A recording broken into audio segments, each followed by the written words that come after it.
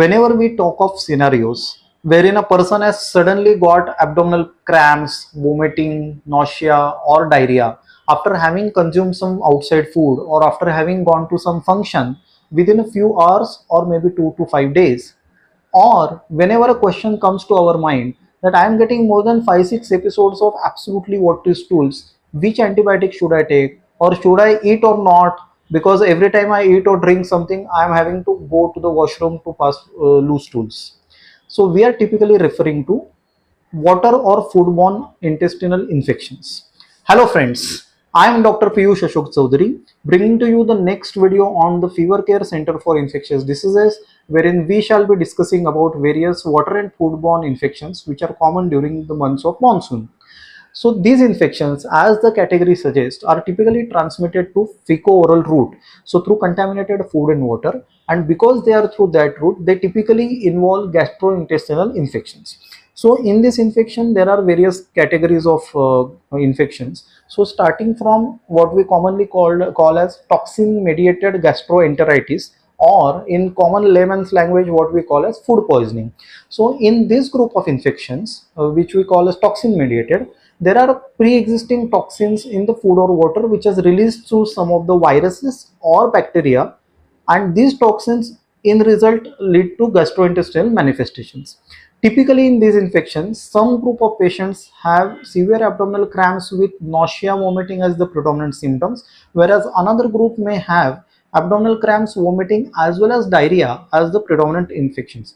In this group, having prolonged fever beyond 1 or 2 days is usually not so common. Their main symptoms are limited to the GI tract.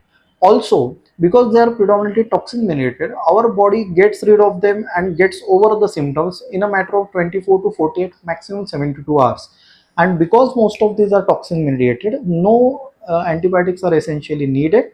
Only oral rehydration solution and symptomatic treatment is required.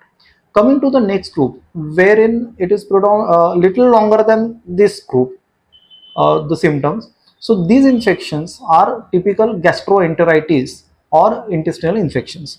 So in this group of infection, what is most important to understand is that more than 90% of those infections are governed by viruses and only 10% are because of bacteria. So what this also means is that no antibiotics are required and no antibiotics are going to help in almost 90% plus out of this gastrointestinal infection, because they are of viral etiology.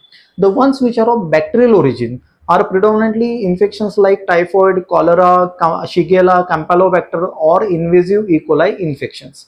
Now, therefore, it becomes very important to understand what is the difference between a viral gastroenteritis and a bacterial gastroenteritis, and how, based on symptoms, can a person judge whether there is a possibility of bacterial infection and need for antibiotics versus whether it is a viral and no need for antibiotics.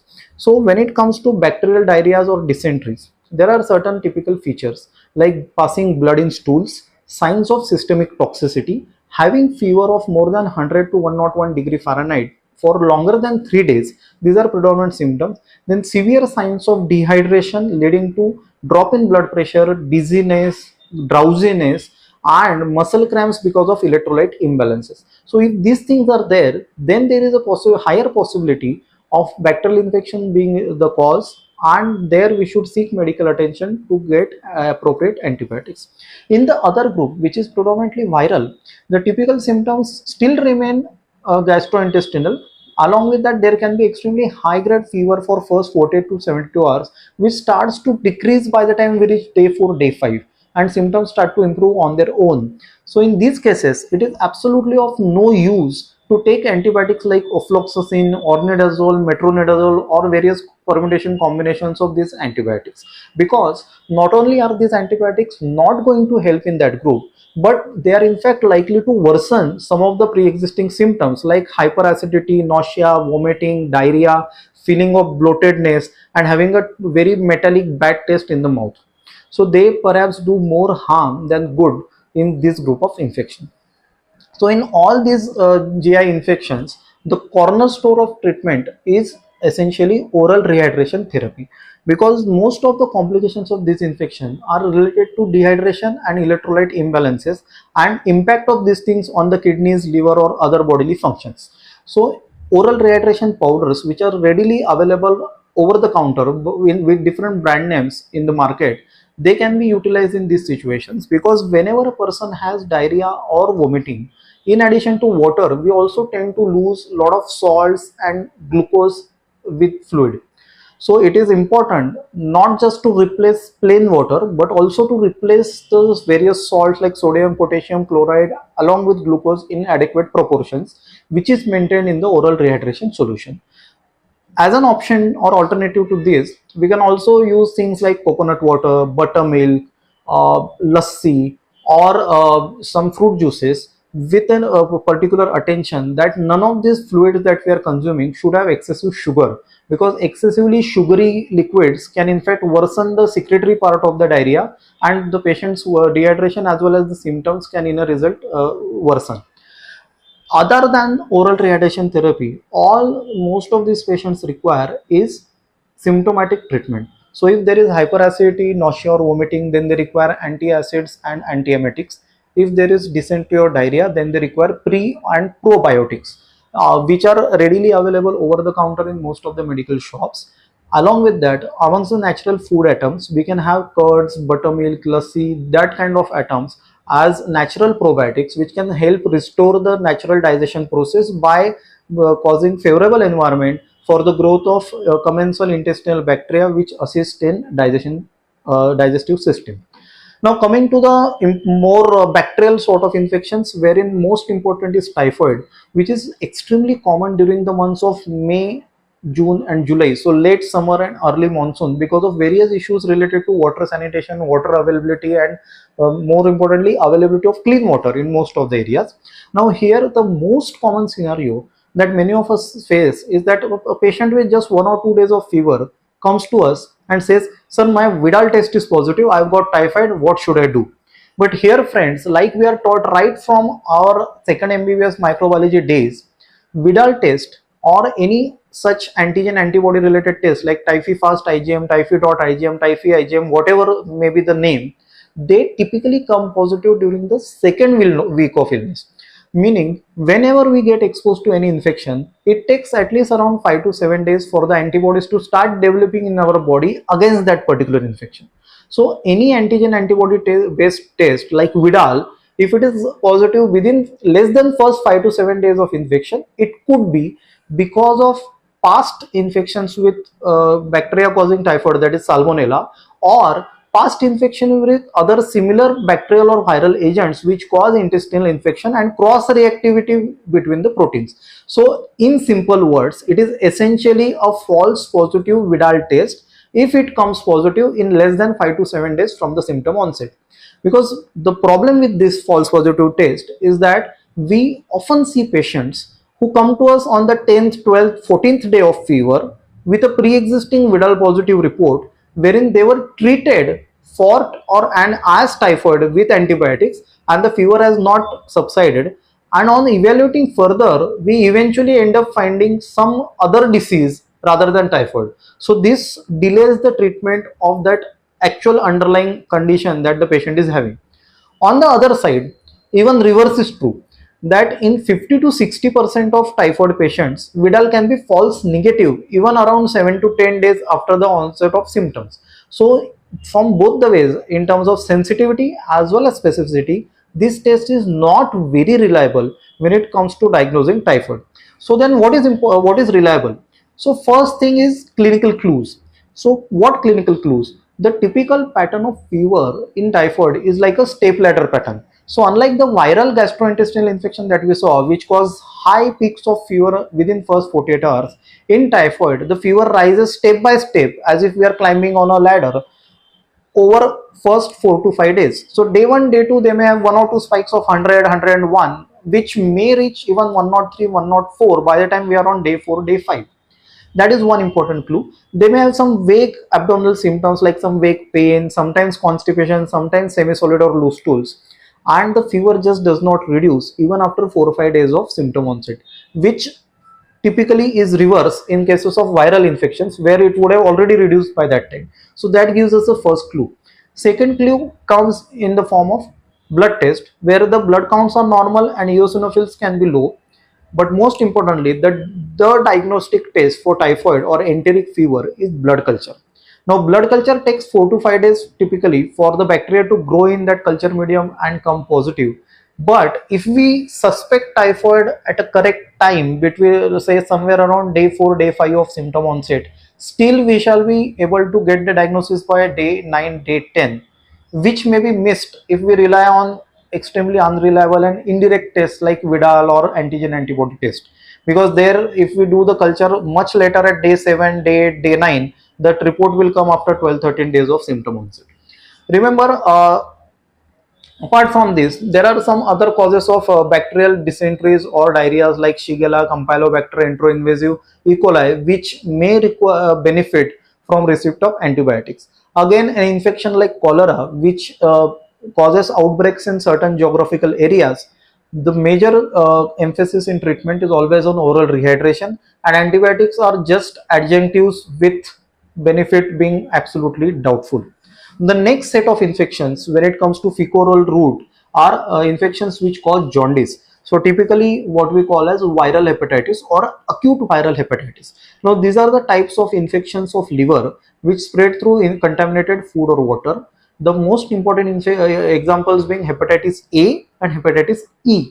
So the typical history is initial 2-3 days dominated by a typical viral prodrome with severe body pain, headache, fatigue, and high grade temperatures. And as we move further in the week, the person's vomiting, right-sided abdominal pain below the ribcage where the liver is situated. These symptoms worsen, and then the person may start noticing yellowish discoloration of eyes or dark colored urine, which on further progression may even cause yellowish discoloration of their skin. Now this infection again is viral in etiology, no antibiotics are required, and is usually self-limiting in almost 90% of cases, where from the symptom onset through the course of jaundice, the overall recovery happens between 10 to 14 days. 10% of patients with viral hepatitis A or E, especially E, and especially when it happens in pregnant ladies, young kids, or elderly people, may cause complications which may range from liver cell failure, respiratory distress, encephalopathy, etc. But by and large, 90% of them recover without any antibiotics and without any dramatic treatment being required within 10 to 14 days. Now, when we see this vast variety of infections which can spread through contaminated food and water, it is always important to know what are the preventive measures. So in the preventive measure, the most important thing is in our hands, because hand hygiene, like in most other infection, is the single most important factor which can prevent spread of these infections also. During last 3-4 years, because of the COVID pandemic, most of us have read about individually done and seen proper ways of hand hygiene, but because it is so vital, I'll take your 15 to 20 seconds to explain the correct steps of hand hygiene which each one of us should follow whenever we are doing hand sanitation, be it before eating, before cooking food, after using the washrooms, after coming back from the outside, or after playing. Because in this particular thing, the way we sanitize our hands is much more important, and whether we are doing it for the appropriate duration is extremely important than whether we are using soap and water or whether we are using alcohol based sanitizers. Between soap, water, and alcohol based sanitizer, it is always preferable to use soap and water if available and practically feasible. If that is not available due to some reason, then alcohol based sanitizer can be used as an alternative, because excessive use of these alcohol based sanitizers can at times lead to dryness of skin, dermatitis, and various other skin issues. So their overuse should be essentially discouraged. And again, I would repeat, it should be emphasized that the technique of doing hand hygiene and the duration for which we do hand hygiene is more important than what soap or what sanitizer we are using for doing hand hygiene. Because if we don't do it properly, we tend to miss various areas, mainly at the tips of the fingers, between in the gaps between the fingers or dorsum of our hands, which may continue to spread infections in spite of we feeling that I have done adequate hand washing. Apart from hand hygiene, general environmental and food related measures like avoiding street side food during monsoons, washing vegetables and fruits as soon as they are brought from the market before consumption. Whichever fruits can be peeled off, they should be peeled off before consumption, or if that is not possible, at least they should be washed thoroughly at least a couple of times. We should carry clean water from home whenever we are stepping out for any work or for play. If clean water is not accessible at home, various methods like chlorination, use of potassium permanganate, filters, RO plants, they can be utilized for purifying water. Out of our house when we are outside, and if we have not carried water, preferably we should drink mineral water to prevent disinfection at least during monsoon months. Again, if we are out for longer and there is no option but to eat outside, we should eat something which is freshly heated and cooked, because that would kill most of the common bacteria or viruses which can cause gastrointestinal infection, instead of eating something which is prepared long back, kept open and then consumed, like chats, chutneys, sandwiches, etc. So friends, if we follow all these precautions, then it is very much in our hand to reduce the incidence of these water and foodborne infections from occurring during the months of monsoon, and we can prevent these infections from spoiling our monsoon plans and plans of various treks, picnics and dates. So friends, if you found this video informative and useful, please share with as many of your friends and relatives as possible. Like the video, subscribe the channel of Fever Care Center for Infectious Diseases, and please don't forget to put in comments and questions in the chat box so that we address those in our subsequent videos. At the end of it all, always remember, stay informed to stay healthy. Thank you.